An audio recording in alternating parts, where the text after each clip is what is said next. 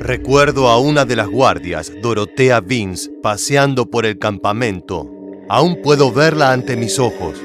Tengo grabado en mi memoria el día en que una prisionera agotada pasó por su lado, tropezó y cayó.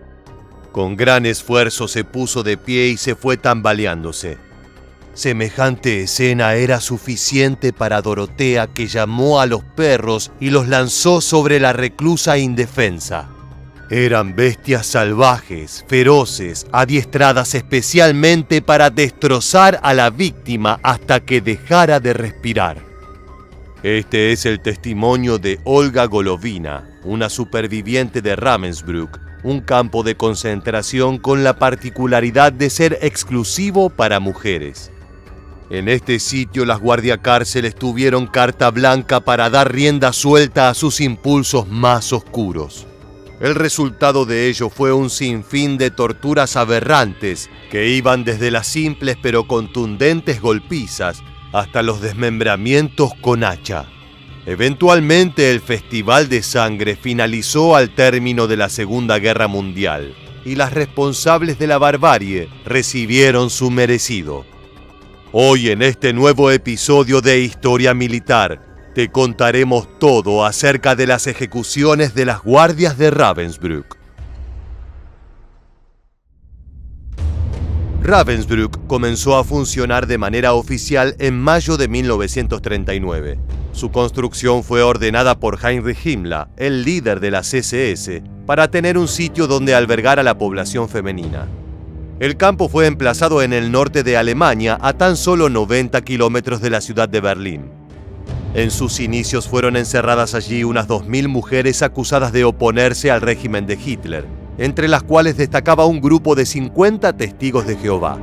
Estas habían sido arrestadas por repartir propaganda afirmando que el Führer era la encarnación del anticristo. Su osadía les había costado su libertad. Otras prisioneras eran comunistas y antiguas diputadas del Reichstag, el parlamento germano, aunque no solo eran llevadas allí las enemigas políticas del nazismo. Las prostitutas, gitanas, criminales y homosexuales también eran consideradas peligrosas para la sociedad alemana y por lo tanto eran remitidas al campo. La población del establecimiento aumentó hasta el punto tal que apenas 8 meses luego del inicio de la Segunda Guerra, su capacidad máxima ya había sido superada. Las internas vivían hacinadas en los sucios barracones, vestidas con harapos, hambreadas y carcomidas por las enfermedades. Escuchemos el testimonio de Anise Post-Binet, quien fue enviada a Ravensbrück por pertenecer a la resistencia francesa. Ella recuerda de esta manera su primera impresión al ingresar al sitio. Al ver a aquellas mujeres desfiguradas, grises, con la mirada ausente, nos asustamos. De repente sentimos que entrábamos en una zona de muerte. Por otro lado, el sitio destacaba por el hecho de que había 150 guardiacárceles femeninas, cuya labor era supervisar a las reas y asegurarse de que mantuvieran el orden. Al igual que en otros campos de concentración, las vigilantes eran entrenadas para despojarse de sus sentimientos. Debían endurecer su corazón y ver a las prisioneras como bestias a las que no se les debía misericordia. Una superviviente del campo lo cuenta de esta manera. No les disparaban a las mujeres, sino que pretendían que muriéramos de pena, hambre y cansancio. Cuando llegamos a Ravensbrück, lo primero que vi fue un carromato lleno de cadáveres apilados. Sus brazos y piernas colgaban hacia afuera. Tenían los ojos y las bocas abiertos en una mueca de espanto. Nos deshumanizaron. Sentíamos que hasta el ganado tenía más valor que nosotras. Las guardias no solo eran cómplices de todo lo que sucedía allí, sino que muchas veces eran directamente responsables de las vejaciones.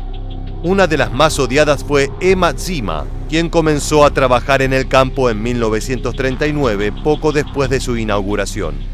Era una de las encargadas de seleccionar a las mujeres que irían a las cámaras de gas, lo que la convirtió en el blanco del odio de las internas. Una sobreviviente la recuerda de la siguiente manera. Era una vieja malvada de las SS acostumbrada a asustarnos con sus amenazas. Con su tono de voz sádico nos decía cosas como, por ejemplo, Te reportaré y luego te irás lejos. ¿Sabes dónde? Serás ceniza en la chimenea. Le temíamos y al mismo tiempo la detestábamos.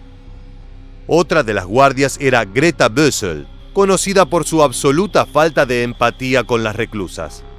En una ocasión se la escuchó decir lo siguiente: si alguna de las prisioneras está demasiado cansada como para trabajar, hay que enviarlas a que se pudran. Curiosamente había estudiado para ser enfermera y ayudar a los demás, pero el destino la llevó a trabajar en un campo de concentración, donde su tarea era preparar a las mujeres para morir envenenadas con el gas letal Zyklon B. Sin embargo, la guardiacárcel más odiada de Ravensbrück era Dorothea Binz, una mujer cuya crueldad superó todos los límites imaginables. Ingresó al campo por primera vez en 1939, luego de haberse postulado para trabajar en la cocina como voluntaria. Por aquel entonces tenía 21 años y nadie sospechaba que una joven de aspecto inocente como ella se convertiría en un verdadero monstruo.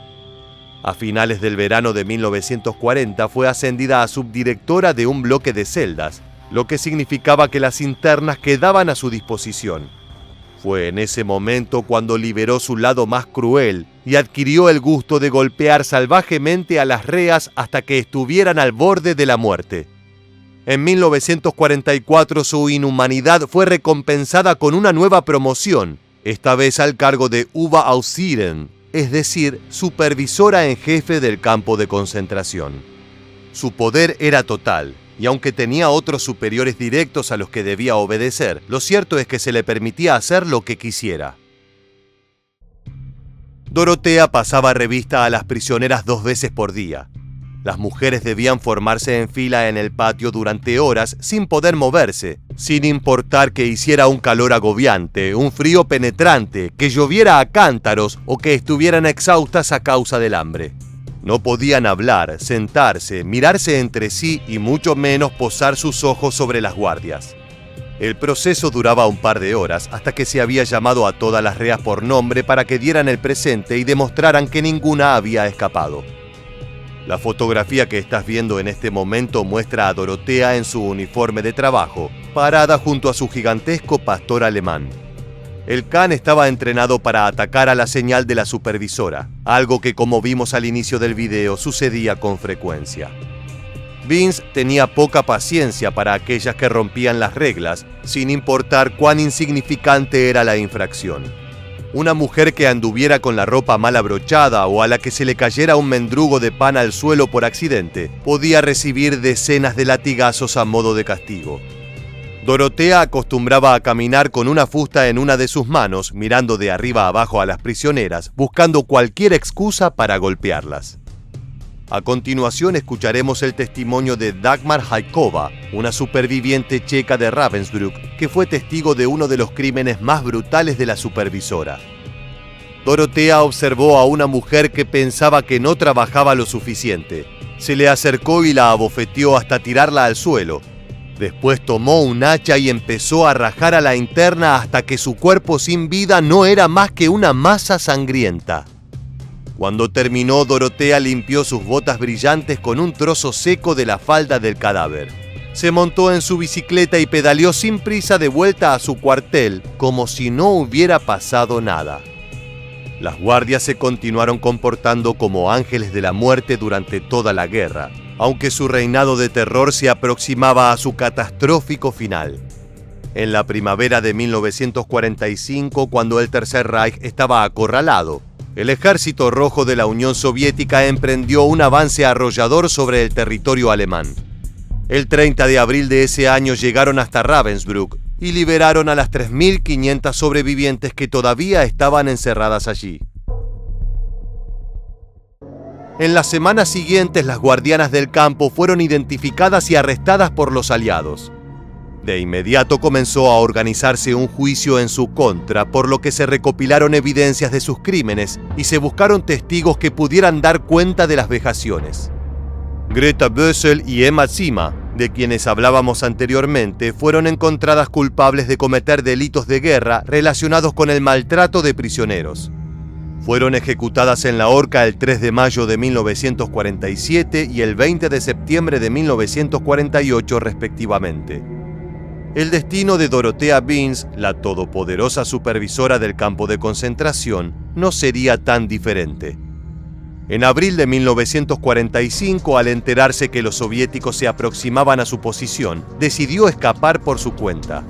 Era consciente de que si los rusos la atrapaban podía darse por muerta, de manera que arriesgó todo en una huida desesperada. Solo llegó hasta Hamburgo, donde fue rápidamente identificada por una patrulla del ejército británico y puesta bajo custodia. El juicio que se montó en contra de Dorothea y de otros oficiales de Ravensbrück duró 2 años, y al final la ex supervisora fue condenada a morir en el cadalso.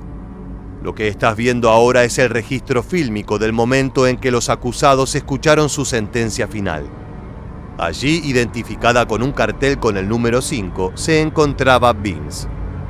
En abril de 1947, mientras aguardaba la muerte, Dorothea intentó suicidarse cortándose las venas. Sin embargo, fue salvada por los guardias, que intervinieron justo a tiempo para evitar que escapara de la justicia. El 2 de mayo de ese año, la mujer fue conducida hasta la horca, donde fue obligada a pararse encima de la trampilla. Le colocaron una capucha negra sobre el rostro y le ajustaron la soga en torno al cuello. A continuación, el verdugo accionó el mecanismo. Dorothea Binns cayó por el agujero y su cuello se rompió al instante.